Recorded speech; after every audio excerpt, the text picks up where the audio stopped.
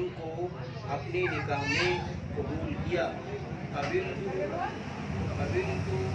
صلی آپ نے اللہم صلی علی محمد وعلی آل محمد كما صليت على إبراهيم وعلى آل إبراهيم إنك حميد مجيد اللهم أنت السلام ومنك السلام تباركت يا ذا الجلال والإكرام اللهم ربنا آتنا في الدنيا حسنة وفي الآخرة حسنة وقنا عذاب النار اللهم رب اجعلني مقيم الصلاة ومن ذريتي ربنا وتقبل دعاء ربنا اغفر لي ولوالدي وللمؤمنين يوم يقوم الحساب اللهم إنا نجعلك في نحورهم ونعوذ بك من شرورهم واعف عنا واغفر لنا وارحمنا أنت مولانا فانصرنا على القوم الكافرين۔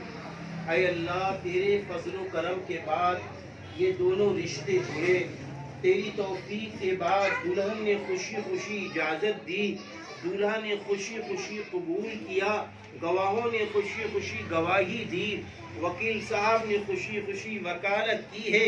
بار الہ سب کی قربانیوں کو قبول فرما، آج کے اس نکاح کو قبول فرما، نکاح کی تقریب کو قبول فرما۔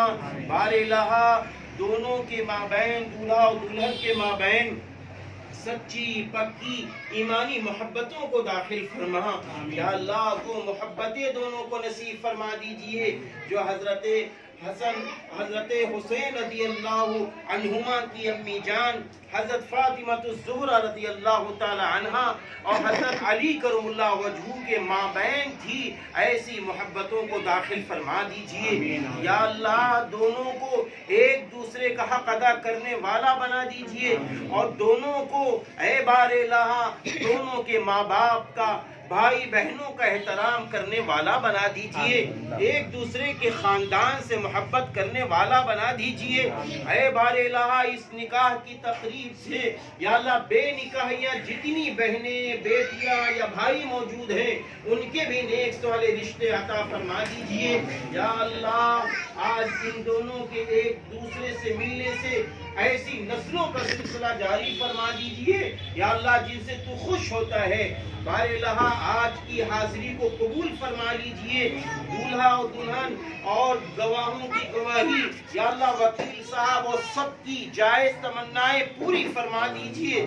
یا اللہ اس نکاح کی برکت سے، یا اللہ اس نکاح کی برکت سے ان لوگوں پر بھی تو ترس کھا جا یا اللہ جن کی بڑی بڑی عمریں ہو گئی ہیں، ان کے نکاح نہیں ہوئے یا اللہ ان کو نکاح کرنے والا بنا دیجئے، اور جن کی اولادیں نہیں ہیں ان کو نیک صالح اولادیں عطا فرما دیجئے۔ بار الہ ہم سبھی کی دعاؤں کو قبول فرما لیجئے۔